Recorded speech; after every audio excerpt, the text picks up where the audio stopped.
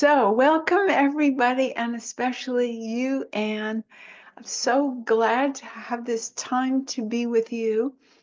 We shared a book. Here's the book, the best-selling book. You have yours. We both Yep. have mine. Terrific. Become Empowered, Echoes of Grace and Strength. And Anne's chapter is my favorite chapter in the book. Um, and you'll see why I wanted to have her on today. Do you have your new book cover to show Yes. us? Just came out, everybody. Wow, resilience and purpose. It is, I downloaded it today. I'm waiting for my audio, which hasn't been created yet. I prefer to listen on audio, but I had to get the Kindle today, and it is riveting and so well written. Thank you. So let me formally introduce you because it's a wowy introduction. Very short, but I want to use your words because they're perfect. Anne Mok is a passionate advocate, blind content creator, author, and professional speaker dedicated to bridging the gap between sighted and visually impaired communities. Through her work, she strives to create a more inclusive world where everyone, regardless of their abilities, can connect and contribute. And you really do this. And in Thank you. between you're doing this, you're living quite a life. Mhm. Yes. And just take us into your life now. I know the book just came out. You're going to be traveling. Is that for the book? Traveling personally, yes. Just personally, just fulfilling some visual bucket lists actually. Oh, wonderful. Yeah. So you say that you're blind, and I have a number of friends that are blind who see something. Do you see anything? Can you describe your current experience? Sure.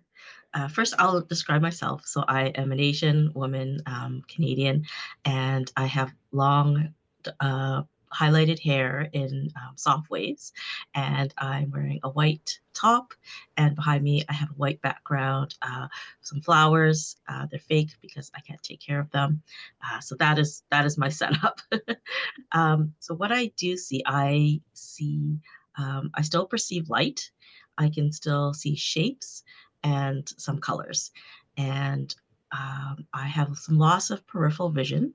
So anything that's kind of coming across from my peripheral, I miss that until it's in the front of me. So I do use a white cane to help me navigate and tell the world that I'm visually impaired.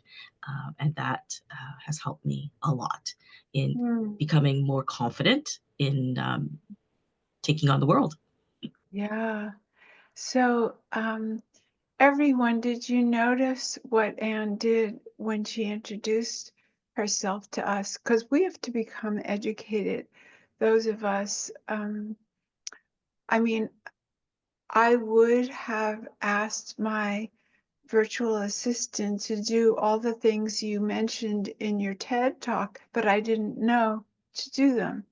So this is part of your educating the rest of us on what we can do to make our worlds interact and intersect with other worlds of people who don't have the same accessibility.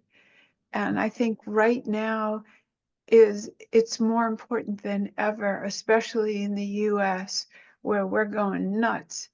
I think this is just my opinion, Yeah.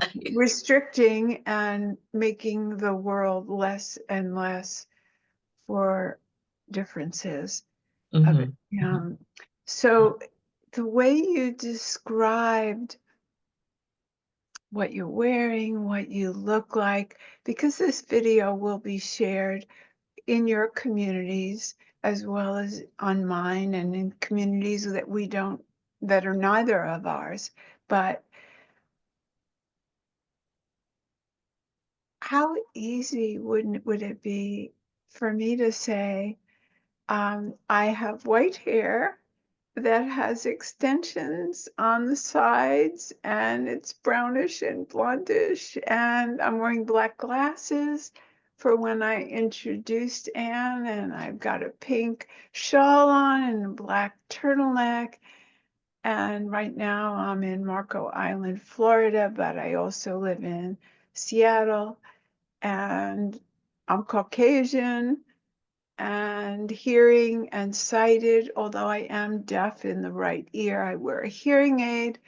Um, why not say those things, Yeah. right? And it actually brings us closer because then I become more aware of you and who you are, rather than just seeing or just making assumptions, right? So we can Right. become more connected that way. Yes. Thank you. I'm very touched by that. Um, we can easily become ashamed of what we don't know, and that Yes. blocks us from further connection. We don't know what we don't know until Hmm. we know it. Yeah. And I'm very grateful. I won't forget this moment. Um, Um, and not everyone, I mean, I have some blind friends, especially through my daughter, but one blind friend here in Florida, and I mean, I always look out for her physically, and I usually see her with her husband, but if she's sitting next to me, I will tell her where her bread is and here's your drink and put her hand. mhm, But mhm. I never thought to even tell her what I look like Yeah. from my point Yeah. of view. Yes. I mean, I'm sure her husband does, but that's that's a block we've had. And Mhm. not every blind person is as comfortable as you are telling people how they can make it better or even ask questions. Yes. Yes. Like And I my think that. daughter has Mhm. a friend who's blind and deaf, and this was very early in my getting to know anyone blind. And I said, "How do you cook? Because you live alone." Like you said it in your book or on TEDx. Yeah. Um, and everybody should catch her TEDx talk. It's fantastic. Um, and will remind me to show and repeat the title of your book before we end. Yeah. But I couldn't imagine how she could cook, but I was able to ask her. And it was so wonderful because she said, "Ask me anything you want. I'm so comfortable." And that helps. That Yes. helps too. Yes. I think Um, the biggest thing in, interacting with anyone who has a disability or blindness, for example, is to just ask. And if they offer, great. And if they don't, it's okay. Don't feel offended or anything. yeah. I think it's a way of bridging that gap between our Mhm. worlds, because many people think that blindness means complete darkness, but the statistics are really that 95% of blind people can see something. So, Mm. and that varies. So, and that's where we say blindness is a spectrum, and really taking that into consideration, because we may walk across on the street and come across someone who is visually impaired, but we don't know because it's a hidden disability. So always just leading with kindness, I'd say, Yeah, is the best very way. important. Very Hmm. important in life with anyone. Yes. And is that why some people who are legally blind don't prefer to be called blind? They would prefer visual impaired Yes. because Everybody otherwise we assume identifies. things. Yeah, Yeah, and everybody just identifies um, differently how they want to be identified. I yeah. could say I'm visually impaired, but I say I'm blind because I'm really struggling. It just doesn't make any point for me to pretend I can see more than I can. It doesn't help. Well, it Yeah. represents a big shift. It Yes. represents a big shift. So, will you describe that time? Because the chapter that you wrote in the book we shared, um, one of the things that I remember most is how you covered when you were losing your sight, Yes. Yes. and how you covered very successfully Yeah. for a very long time. So I hear you're claiming your identity as blind as such a powerful moment of your accepting what is. And that's a teaching for all of us, to there's to accept the last moment. So if we have whatever it is that has happened, someone died, or you have the flu, Mm, if you spend the next 5 hours or 5 minutes on why did I get the flu? Where did I get the flu? How did I get the flu? I shouldn't have gotten the flu. I'd only You are not doing a thing for your yeah. next moments. Mhm. And it's the same thing on death. I know in the book you share about your mother dying. I did not know how impactful Yeah. that was. Yeah. And we may see grief a little differently because, as you know, my daughter also I had an unexpected death, well, if you Yeah. will. I don't like to use the word lost because I Yeah. like to keep her with me. I don't feel I lost her, but I feel like the stages of grief are a little bit of a fight with what is. And I feel like right now they're really being honored. And I think it's great to honor feelings, but not worship them as stages and expect myself to be in one next, do you know what I'm saying? Absolutely. Yeah. Absolutely. I acceptance is a huge thing. And acceptance in my mother's loss, my chronic illness, my vision loss. Those were huge things. And constantly fighting them was taking away from moving on to the next step and really embracing um, who I am, how it's impacted me to move to that next step. And because of acceptance, I'm now at a place where I can honestly say I'm living my best life. Despite everything that's happened, I'm not going to let those things weigh me down, but it's allowed me to be who I am fully and be open to new paths and opportunities that have come up. And I think that is the best thing that has happened to me is the acceptance part. Yeah. And people get so confused by that word. They think acceptance means you agree with it. And maybe acknowledge is the word we should be using, because acknowledge means you're not fighting. It happened. Yeah. 100% it happened, and now you're free in the next moment. Yes. Absolutely. So, are you having a headache right now? Yes. So I live with new daily persistent headache. So it's a headache that starts all of a sudden and doesn't end. And it started in January 2019, on New Year's Day, actually. Um, it was terrible for the first at least 8 months. It's still was quite bad for the next few years afterwards. But I'm at a point where I'm now a grade 4 out of 10 pain, and it's at least stable every day. So it just sits at the back. Uh, but I also acknowledge it too, and learn to live in the low pain moments. And if it does flare up, then I take a rest and I don't fight it because I know my body is saying it's time to rest. And And I change and I change. does it respond to medication? Can you take Um, anything for it? there's nothing that stops it, but I do take a chronic migraine medication, like a monthly injection that I take to help keep it stable. Mm, Yeah. mm. So, if you wanted the details of this journey, it, it's almost more than you would believe in a movie. Yes. Yes. Starting back with your husband having a stroke, Hmm. Yes, And at the then age you're of 40. at the age of 40. How is he Yeah.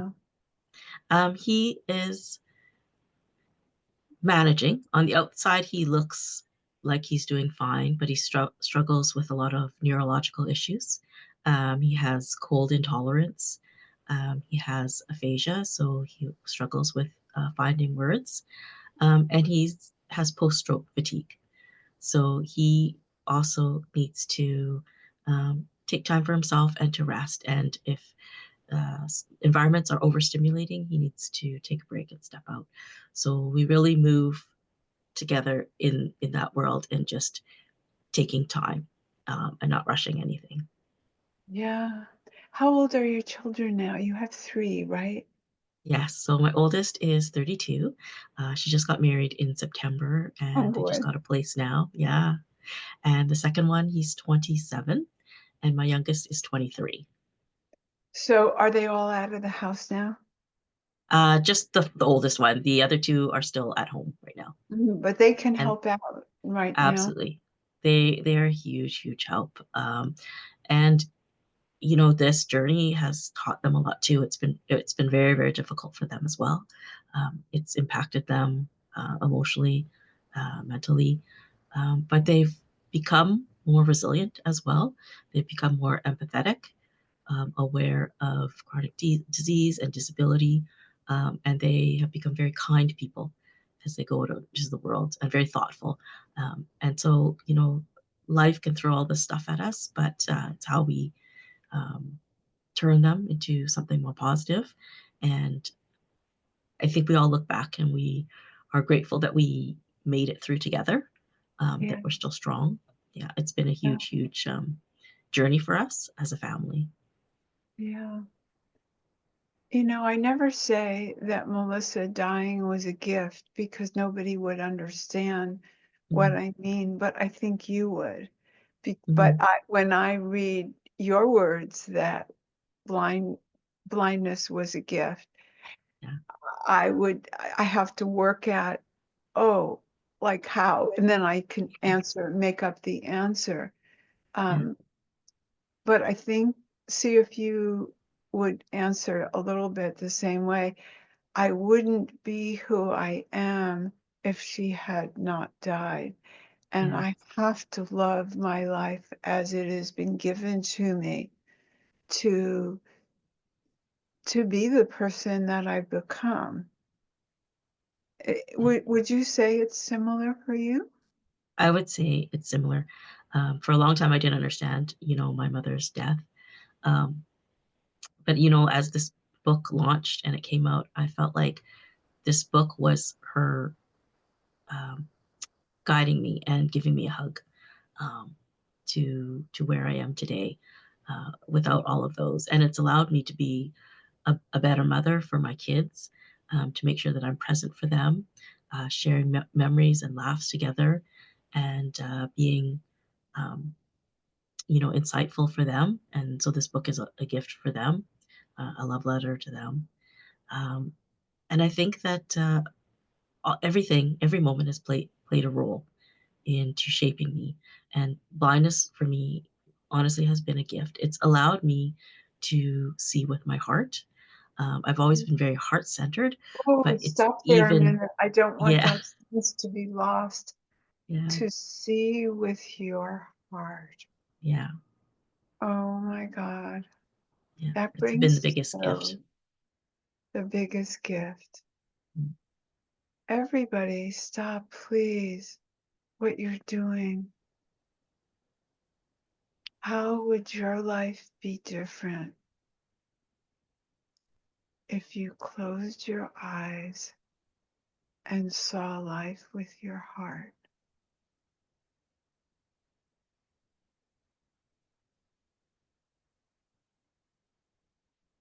See, I think it's that's what I was connecting to. I never said those words about Melissa being a gift, and I can't actually keep saying that because part of me says people won't understand. But that's it. The heartbreak can break you open if you're lucky enough to not go in the lane of resentment or fighting with what happened, and instead to decide to allow it to its biggest degree, to see what and how you'll become through this open-hearted way of seeing, of Mhm. living. Yes. Yeah. Mm, so beautiful, Anne. You were going to It's say more been when I interrupted you. oh, no.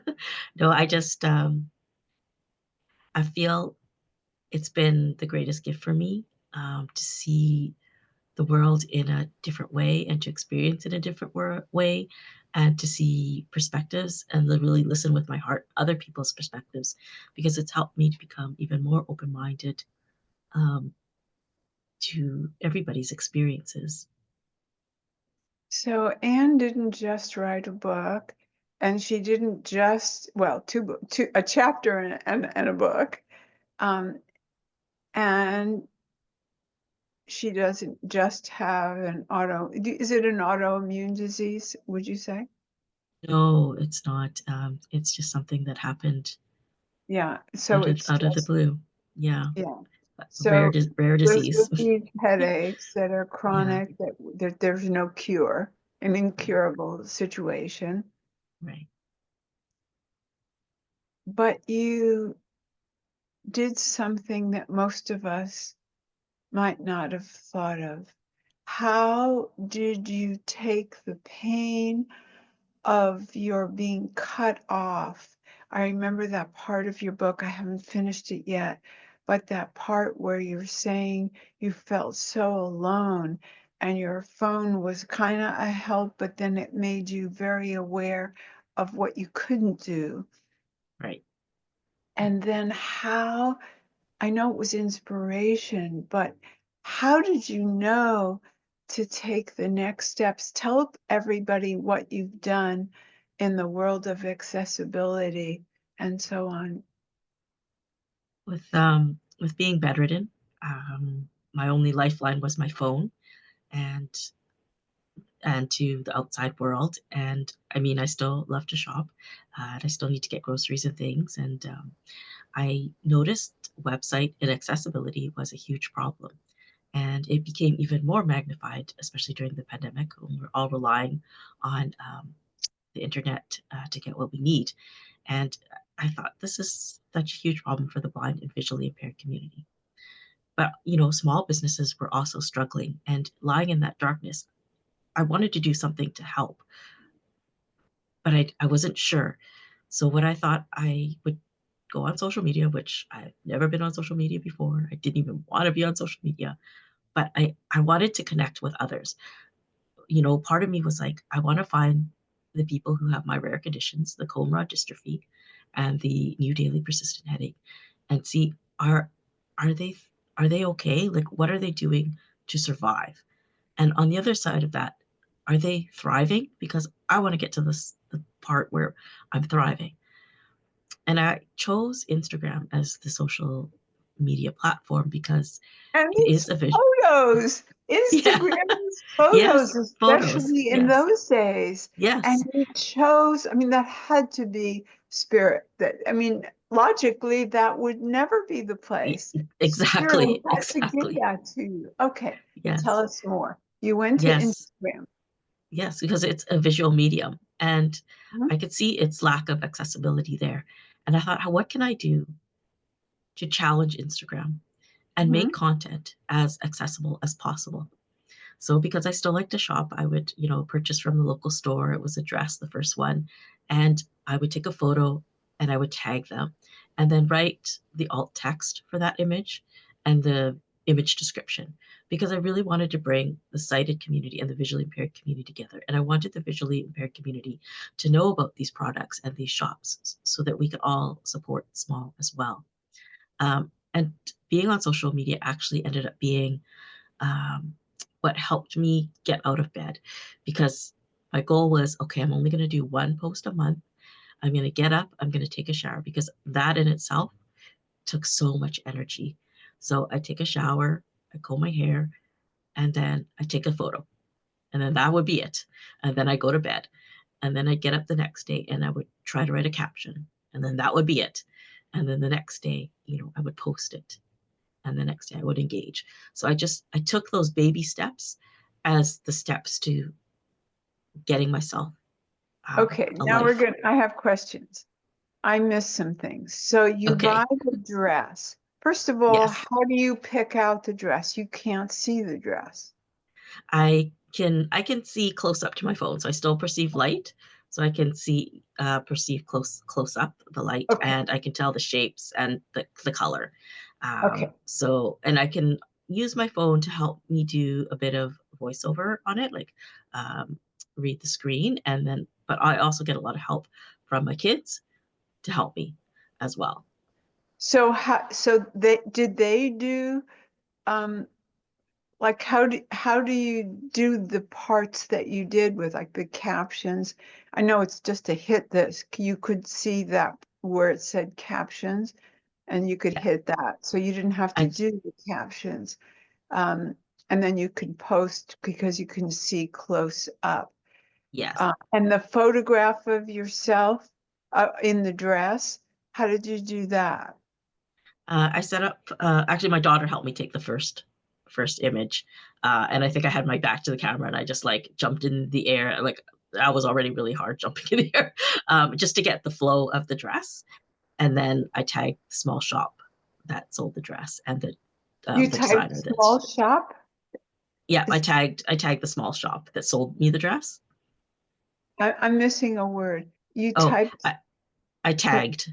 oh, you tagged. Yes. Yes, yes. Yes. And was that shop particularly helpful to your buying the dress and your abilities at the time? Is that why you wanted, did you tell them where to buy the dress if you like the dress? And no, I knew that that particular dress I really liked, and they carried it in their store. And that particular small shop sells, uh, they host a bunch of small makers in their store. And so I really wanted to highlight that store in particular because of all the other small Yeah. businesses that Yeah. they supported. So that Yeah. was the initial part. So everybody, can you imagine the courage it takes? You're laying in bed with a headache that doesn't go away, and you're feeling so alone. I hate to paraphrase your No, words, but it's true. Yeah. you're just feeling isolated, depressed. You used that word, depressed. Yes. Of course, everybody would be. You don't see the way out. They tell you there's no cure. You're losing. You had already lost your I had sight at that I had point. already lost my sight. Yeah, at Your that husband point. had had his stroke. He wasn't Yeah, back on his feet. You were the breadwinner. All of yeah. this happens. You can't. And then she thinks, let me see how I can make Instagram for anybody, there are a lot of people who are not on social media in this community because they're older and they don't want to be on Facebook and Instagram. Yeah. Just Instagram, me too. Yeah. Don't want to be on Instagram there. is all visual. Yes. I mean, now it has voice, it has other things, but in the beginning, right, it was only Yes. visual. Just photos. That was it. Yeah. I mean, you have a kind of courage, but also where was spirit? I mean, were you feeling like spirit is guiding me? Were you feeling like it was your mother telling you, like, were you feeling at the time that this was coming from? Like, did you know it was huge? No, I didn't know it was huge at all.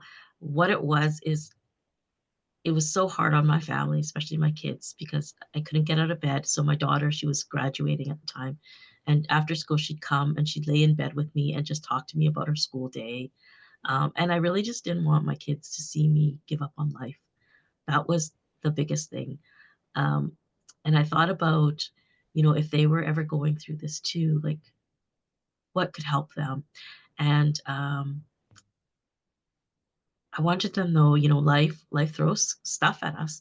Um, and how can we help each other? So it was just like that hand holding that really helped me. I'm getting emotional right now, but Oh, I'm glad. it Yeah, was really, yeah, it was really my kids because I just didn't want them to see me give up on life, and I wanted them to know that, you know, this chronic illness hit me, this genetic eye condition hit me, but those that is not going to be my story. I can rewrite my story, and I can turn the page in this chapter, and um, begin fresh. So that was my goal, was really just to find a way out and show them that if I can do it, they can do it too. Because maybe one day I might not be here, but needing their mother, what could their mother provide them in terms of hope? beautiful. So take us to today. What is your presence on Instagram? And I know you're a speaker now. Yeah. Just fill us in. How did this go from day one on Instagram, where you just do a little part of the post, and then tomorrow a little another part? How did tell us what it's like today? Um, everything that has happened, the path that has unfolded has happened very organically in just um, building community and connecting with others who are going through the same thing. Did they Um, find you? Did you find them? um, I never looked. How many yeah, followers? I have 6,400 followers right now. Wow. Wow, Yeah, yeah, 6,400 followers. yeah. And did you find each other? Did they find you? We found each other. The first one was I met this lady. She is the owner of I Design, so she does Swarovski crystals on shirts, like in Braille. And I had bought one of her shirts, and I had Purpose in View on it, which is my Instagram handle. And she connected with me and said, you're the first one that bought my shirt. I'd love to know more about your story, why you chose Purpose in View. So we sat down, we had this Google Meet chat, and she goes, you need to show your face and tell your story. And she was just going to feature me like in February or something like that. And I didn't know what exactly she wanted, because she wanted to know a little bit more about me. So I just wrote this little bio, and she ended up putting me on her her website, her community blog post. So I was the first one there, and it was from there. And this was like, I started Instagram in November. By February, I had met this lady, and around that time when that blog was posted, Purdy's, the chocolate company here in Canada, they saw that blog post, and they were creating a holiday Braille box, Ah, box of chocolates that really? had, yeah, a Braille legend, so that you could know what chocolates you were Oh getting. my Because God, how wonderful is that? yeah, yeah. So Oh, really, that's how everything started. Um, and I had an opportunity to gift 10 holiday braille boxes, and I decided to gift them out to my community. So I was looking for anyone who's visually impaired in Canada, and I was connecting with them, and I sent them the holiday braille boxes because it's a gift and it's for them. And I wanted them to give their honest reactions and viewpoints on it. And things just spread, like the community just built. And this visually impaired community is so kind. Once you meet one person, you meet another person, and then they connect you with another person, because we all want to find each other. Because in the reality of it, that I won't know anyone in my neighborhood that has a visual impairment, and it's through social media and through reaching out throughout the world that we are connecting and finding each other and empathizing with each other. And it's nice when you can talk about something and they're like, they just get it. So, yes. yeah. There's Yeah. so much you have in common. Are there any folks that participate or that are also deaf, or is that a totally separate community, deaf and blind? Oh, no, we're really connecting as well. Most that are deaf and blind have Usher syndrome. So I've met a lot of people Yes. in that community and getting to know them as well. And we've become close friends that I, in just in no, October, November, I traveled to New York City with four other blind people, and one was deaf and blind as well. So it was the first time we'd ever traveled alone to Mm. meet each other and in a different city, and experiencing that together Wow. was quite something. Wow. My daughter is fluent in sign language. She is hearing, but she has been working with some, as a volunteer, with some deaf blind people. And apparently there's a new language that they're developing, and she's applied to learn it. There's a camp and you have to get in. I don't know Mm, what the how rules are. incredible. You get Yeah, in, but that's amazing. I yeah, think, the more we can, learn about communication and be communicative. And I think communication is really the key. Even, just having descriptive language helps. I'll go to the doctor's office and she'll be like, over there. And I'll be like, where over yeah, yeah, there? yeah, It'll be like, yeah. you know, 5 steps straight ahead and, first door on your left. And, that's all that's needed is just a little bit of descriptive language would help. Yes, and again, like we started, there's so much we need to learn and get off of our idea that we're the standard. Yeah. Nobody is the standard. If when we come together, we just learn each other's ways. Hmm. And then when you're teaching me, then you're the standard. So there's no standard, and I have to learn your ways and you don't have to learn mine. But if I don't learn yours, we don't connect, you Yeah. know. Yeah. Um, Yeah. we took one of my daughter's friends on a trip with us, uh, and at first I was like, well, she's deaf and she's blind.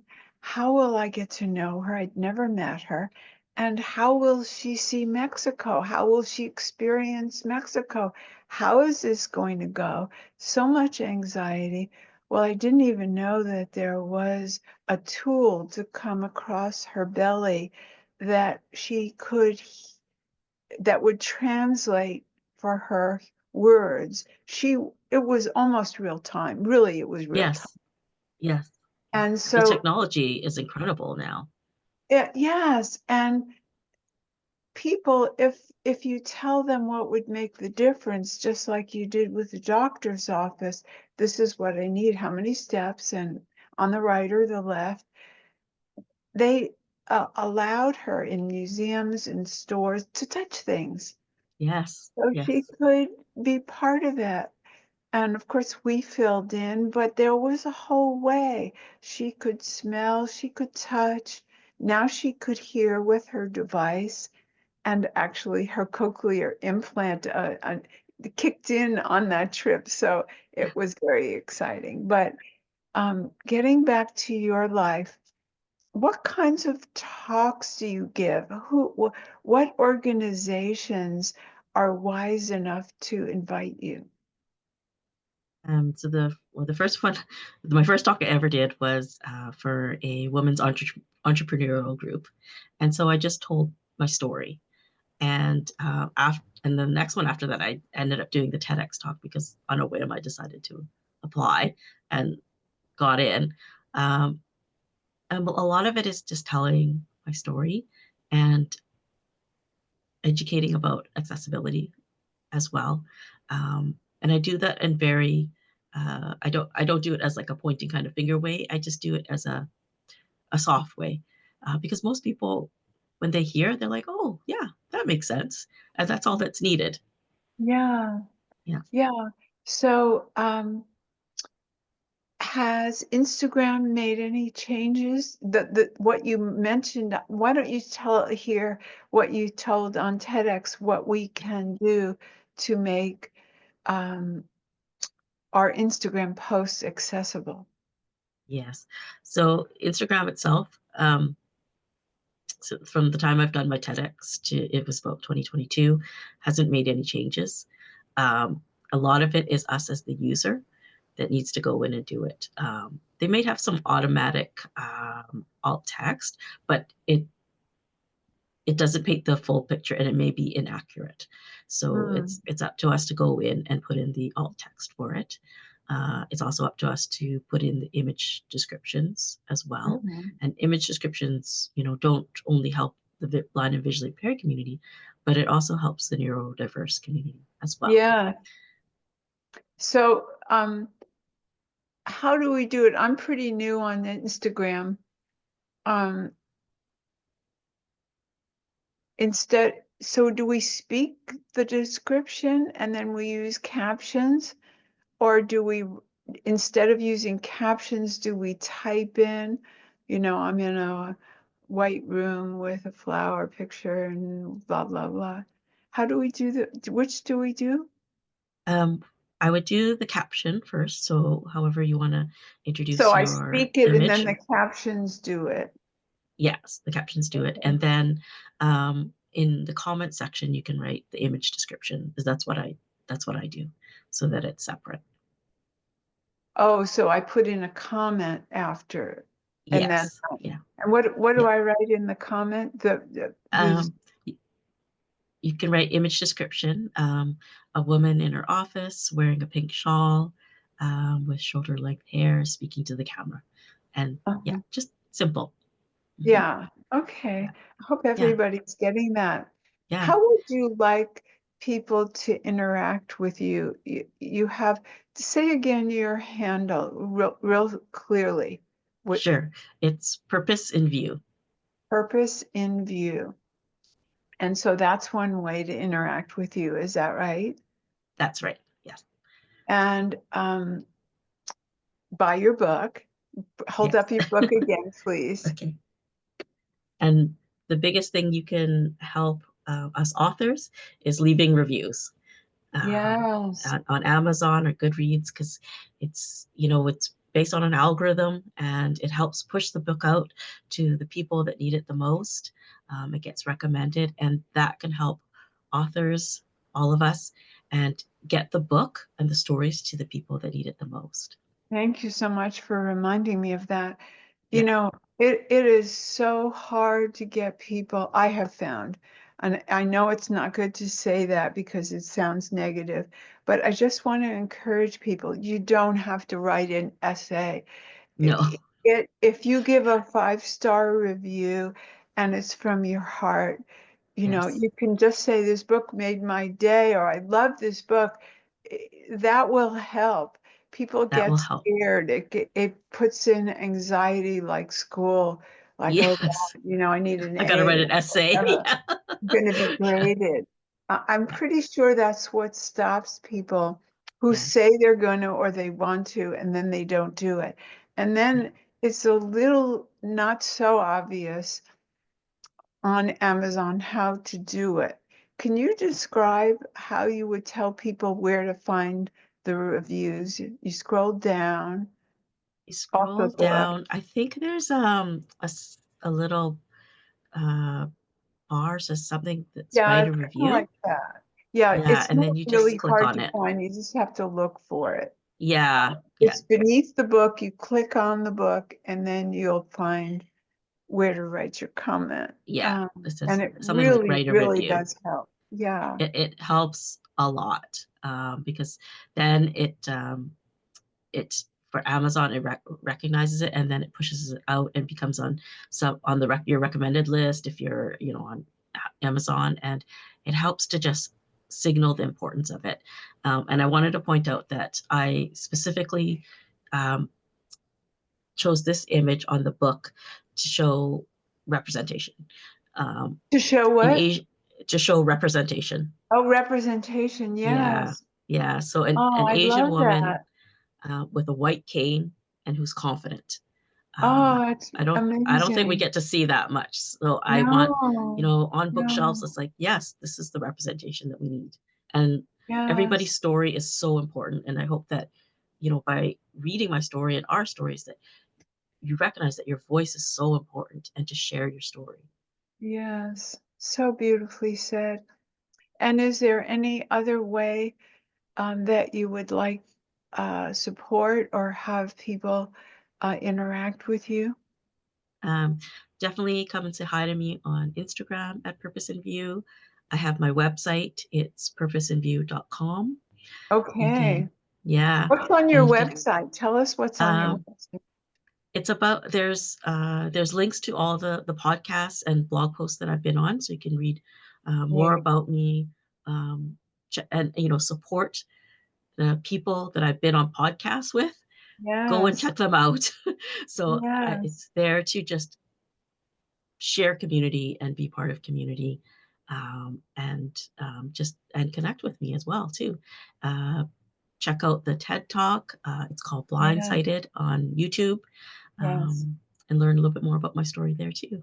Yes. And this will be on YouTube in on my channel. So it will go up there, but I don't think it'll be up until April. I'll see if my person can put it up on YouTube sooner than it comes out in the Thursday musings because it would help your Mhm. book. So let me see if she can do that. Okay, Um, and I will definitely link our the podcast here to my website because I want people to make sure that they find you as well. oh, thank you so much. Such a great experience being with you more. And maybe Thank we can connect. If there's anything I can do, when I'm in Seattle, it's not that well with the border now, and I don't know if they'll be friendly to our I coming know. in. But if there's any way I can support an event where I can sell books in the back or do anything, I would be happy to support you. Thank you. I Yeah. love getting to speak with you. I'm so glad that we connected through Sabine and through our Yeah, previous book together. I think that's the beauty of community and just connecting with everybody. absolutely. Thank you, Anne. Thank Bye you, for now. Rosalind. Bye.